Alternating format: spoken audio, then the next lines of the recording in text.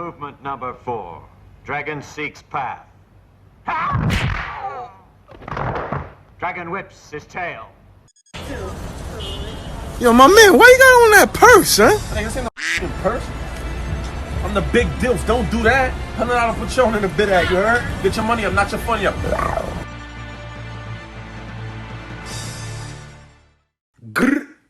Bragado. It's the Monfu podcast. Money Up, No Funny Up podcast. How dare you try to entertain this funny without that money podcast? Listen, we here. Took a little break. You know what I mean? We back. We back, baby. We back, baby. We live in effect. You know what I mean? Screw. Sending some shit. What's good? What's cracking? What's cracking? Huh? You have a ladder in the back. No, it's not a ladder. It's my light. Well, yeah, then. So what we talking about?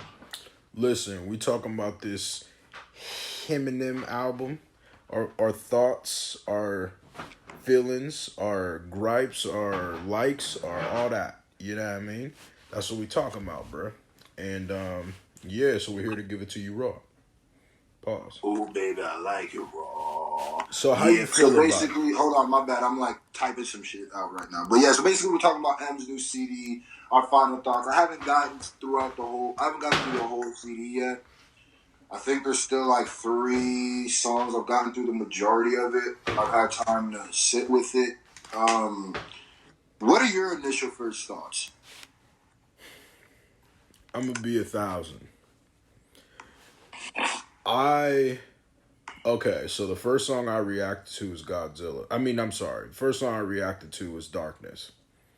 And with Darkness, I was like, yo, this is like a real, like, transparent, like, message. You know what I mean? This is a strong message. It's powerful. I feel like this is very impactful. I'm thinking, you know, if M pushes this song the right way, I feel like this song is really gonna, you know, touch a lot of people. Got a few more songs. Does he usually drop a video with the album, or was that the first time? Because I didn't want to say that was the first time if it wasn't. No, I don't think I mean, he hasn't on his last few albums, but I don't know about at a different time. All in all, well, I think first of all, I think this album was dropped oddly. I think that not only was it dropped oddly, but I feel like it was supposed to be a surprise album, but it wasn't a surprise album. I think people anticipated it too much. Kamikaze worked as a surprise album because nobody had anticipation for it, and that's why I think it was received the way it was received, a bit more positive, especially after the last album that he dropped was like critically not that liked. I think it's weird. Well, not weird. I think what happened was he wanted to drop the surprise, but too many people anticipated it, so it kind of got the worst of both worlds, where it didn't get the pre-promotion and album that Gets a Rollout gets, and it also didn't get the hype of a release that nobody was expecting, because people were expecting M to drop. Yeah, people expected. They didn't know what, but they knew something was coming. Like for a long time, me and you thought it was Bad Meets Evil 2. As time went on, it kind of started to seem more like an M solo project. And then it hit me, and I was like, yeah, I mean, obviously the album dropped and it's a solo project. I feel like, I'm going to be honest, I feel like the album was extremely underwhelming.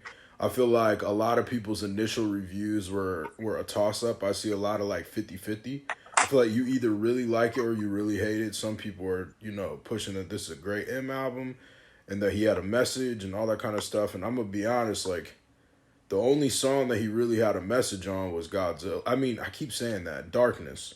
Other than that, I mean, a message that was, I would say, a message that's different than the message that we usually get, because he had like Stepdad, he had yeah, but we've gotten that before. Yeah, that's what I'm saying. That's typical rapper-ish too, though. You know what I mean? Like, that's like, you know, your gripes. I'm saying like more trials and tribulations of life, like most rappers rap about stuff like that. You know what I mean? We're not talking about I'm talking about darkness was like a viral idea. Like that was like a thing that affects thousands and thousands of people. It sounded like a Jordan Lucas song. That video. Yeah, no doubt. Like that was something that Jordan would have done. Conceptually, yeah, I think so. Yeah. I'm gonna be honest, man. Like, I just feel like the replay value is just not really there. Like, I listened to the album a couple of times, and I kind of forced myself to listen to it a couple of times. I felt like it just seemed kind of all over the place to me. Like, it seemed like part of it was him trying to, like, Godzilla. I mean, not Godzilla. What was Godzilla the one where he was rapping wicked fast, or was that Yeah, that's the world, like the record breaking one. Yeah, that's why I'm like, it seemed like every single one of his songs he was trying to break some weird like record or something. I was like, nigga, you don't ever rap this fast. Why are you rapping this fast this entire album like that? Like, Boy, I mean, the new M raps fast. And yeah, but bro, come rap on, man, not even, bro. Revival was the last R album? Yeah, Revival and Kamikaze were not like that. What everyone had rap God. That's not what I'm saying. That Eminem has been a fast rapper since Rap God. Eminem has been classified as a fast rapper. Yeah, that was Marshall Mathers LP 2, but the next thing that came after that was Revival, and then the thing that came after that was Kamikaze, and neither of those albums were like that. Who was considered a fast rapper on Revival and Kamikaze? I don't know if he actually lived up to that, but people were considering him in that genre before Kamikaze. People were definitely saying he was like a fast, flippy, skippity guy before that. But I think that's besides the point, though. My point would be that this album to me doesn't have as much replay value as Kamikaze did. And also, I feel like it kind of was like Kamikaze, only the reason why Kamikaze hit is because it was the first time he did, Okay, Kamikaze hit so hard, and I know we're talking about Kamikaze a lot, but we have to compare it to the last thing he dropped. Kamikaze hit so hard because it was a combination of things. It was that M was still kind of in that hiatus because he dropped Revival, but before that he hadn't dropped in so many years, and he was still kind of detached from hip-hop in a way. And I feel like Kamikaze was a way like being like, no, I'm here again. Like, I'm here to stay now. I'm here. So I think that drummed up a lot of excitement and stuff. And also, it was the first time we heard him in a long time go, like, right at, like, someone like MGK, like, address it. And then on the other songs where he's talking about the rappers he doesn't like, there was a good energy to it. I was liking that smoke he was giving off. This would kind of feel like he retreaded that, because what did we get in this? We got Lord Jamar disses, we got Nick Cannon disses. But those have been done better on other songs, or have been done already on other songs that he gave us previous in the year.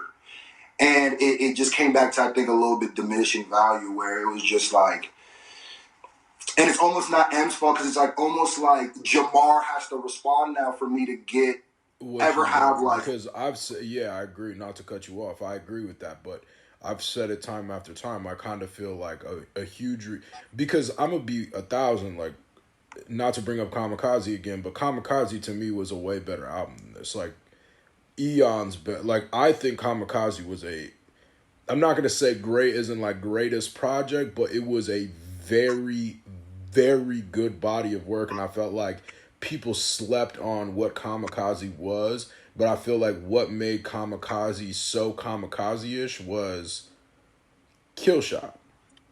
And I feel like you didn't really get that. There's no moment from this album. Wait, Killshot came after Kamikaze. Yeah, I know. But I'm saying, like, when Killshot, I mean, okay, when Kamikaze dropped, it was huge. It was like one of the biggest things, obviously, on the internet. It was a surprise. It literally was facts. So it's like a surprise Eminem album, so obviously it's like a huge thing. But then after Kamikaze, like a few days later, you know, they were talking about the records he's breaking, all that, this, that, and the third. That's cool. But then what came after that that made that album stick so hard and be so memorable and continue to be talked about for an entire year, over a year, was Killshot. And I feel like you don't get that with this project, even though you get the disses on the actual album. And same thing with like The Ringer. You know what I mean? Like The Ringer, like M's taking shots at people. You know what I'm saying? Like he's letting the thing go. On this, he was letting the thing go, but it almost seems like he knew that the people were. It was a dead horse by the time. That's why I said there's a lot of dead body kicks on this one. There's a lot of dead body kicks. That's why I said, like, in order for me to be excited now, there's a back and forth with MGK and Eminem, and MGK and Eminem, Lord Jamar versus Eminem doesn't really, or Nick Cannon versus, it just doesn't hold the same weight. No, it just doesn't hit as hard. And I say all that to say why I feel like this one didn't. And I feel like the people didn't necessarily talk about the songs off of this one as much as they did Kamikaze, or maybe his more his work after that. I mean, his work prior to that. I feel like this one just maybe didn't stick around as hard, and I found it weird that they kind of said that it was gonna, like, I just found it weird the way it dropped, and I feel like the fans kind of forced M's hand. I think it was supposed to drop. If it would have dropped in December like it was supposed to, I think it would be a whole different story. Agreed. I think it was gonna drop in December. All that stuff wouldn't have happened yet. Like the more Jamar stuff, but like the Nick Cannon stuff wouldn't have happened yet. So it would have made him doing that. Made people go back and maybe visit the album, but there's nothing to go back and visit. But my thing is, what was I saying before you said that? About the way he dropped it, why it was such a weird drop. Oh yeah, it was a weird drop, and I think the people forced his hand because I think he really likes that secret drop stuff, and I think. And I'm sorry to interrupt you again, but I'm starting to feel like the way that, and I know it sounds like I'm shitting on M. It's not so much M. It is M, but it's like the thing that kind of frustrates me is because it seems like he's constantly taking advice of other people. It's like his arms are being pulled in two different directions when he dropped this album. Like it's very like, I don't know, man. Like it just doesn't hit for me. Like there's nothing that makes me feel like, man, I want to go back and bump this album like super crazy. You know, there's like my favorite part of Godzilla was not M. You know, and like Mark was saying, though, I think a lot of that has to do with the way it was dropped and not having that MG. Like, I think MGK and the whole, because it was like this with Kamikaze. It was like M saying, "I'm back. I wish one of y'all would jump right now so I could chop your head off." So it made you feel like, ooh, ooh. And then when somebody did, it made you even rally harder. Yeah. But, and I'm not saying that this is a horrible album. No, it's not. Because I still will place this above any of the R albums. Yeah, I agree.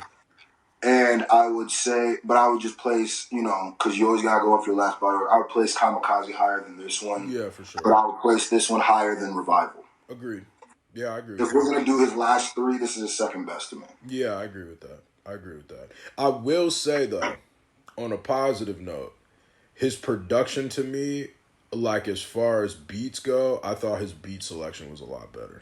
Beats was I was really enjoying a lot of the beats on this one. Yeah, me too. Like Godzilla is a fire beat to me. There's a few like fire beats to me that I enjoy. Like I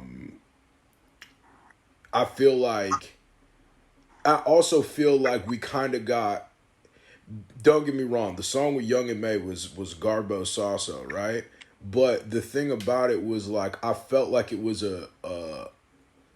it was good that I felt like it was different. I didn't like the club songs though. The club songs were super ass to me, but that's never been his bag though. Nah, I've never been a fan of that. agreed for sure, but I think he should. There was a lot of those. I felt like for 21 songs, I felt like there was literally like 6 of those songs. I was like, "Yo, you might have to tone it down on those." I didn't really notice club. I didn't really feel club attempts other than the Ed Sheeran one. I didn't really feel. No, he literally has like 3 songs where he has the word like club in it on that. Maybe it's literally like the last 2 I haven't listened to. Maybe. Yeah. And then kind of that Young M.A. song is a little clubbish type song too. Like it seems like more. I didn't get that from that. I don't know. I didn't like that song at all. That was not my favorite one. There's a few songs I did like a lot though. I mean, I felt like I Will was a really good song. I felt like that song with that Darkness was actually Darkness was like conceptually, Darkness was clearly the best song, like overall. As in general. Yeah, like conceptually, lyrically. Yeah. The metaphor of Eminem making you think he's making another song about his like career not being as good as it used to be, but then it's a metaphor, the scope, as a writer, that is like penning what like people don't get how hard that is and how seamless. He had me for a second. And then I stopped and I was like, I see what he's doing. I got like a good 2 minutes into that video because like a 6-minute video or something. I got like a good 2 minutes into it and was like, oh, wow. Oh. It was around the scope part is what I started noticing. Like, see, I noticed it a little before that. I noticed it when they had the cameras. I was like, oh, I feel like he's talking about Vegas. Like, and then... He absolutely... That song is like... It don't even sound like... It sounds like an old M song to me. It's about something... And it's like... It's way more like sing for the moment than it is... Yeah, it's not about how quickly he's getting to the next word. It's about listen to how I'm building this metaphor. Facts. Slowly weaving it in. And I was like, oh yeah, that's crazy. That's crazy. Yeah, that's a fact, yeah. No, I mean, there was... Because it wasn't preachy, but that is like, the more I think of it, that's genius level writing. Because it makes you like, no matter what side of the stance you're on, you're first listening to an M fan, and it makes you question, like, if you're on the opposite side, like... And it makes it's so visceral that it doesn't tell you which side to think, even though it kind of does. It just makes you look like, oh, damn, that's messed up. That's some viscerally just wrong-ish, but yeah. It's a fact. But I feel like we've been going on long enough, though. Yeah, I mean, it is what it is, man. Yo, let us know in the comments. If you made it all the way to the end of this, put hypofiditigoigan. Hypofiditigoigan. Name of the word, you heard? Get your money up, not your funny up, dummy. A whole lot of gang is. Hypo for Diddy Boy. Facts. Yeah.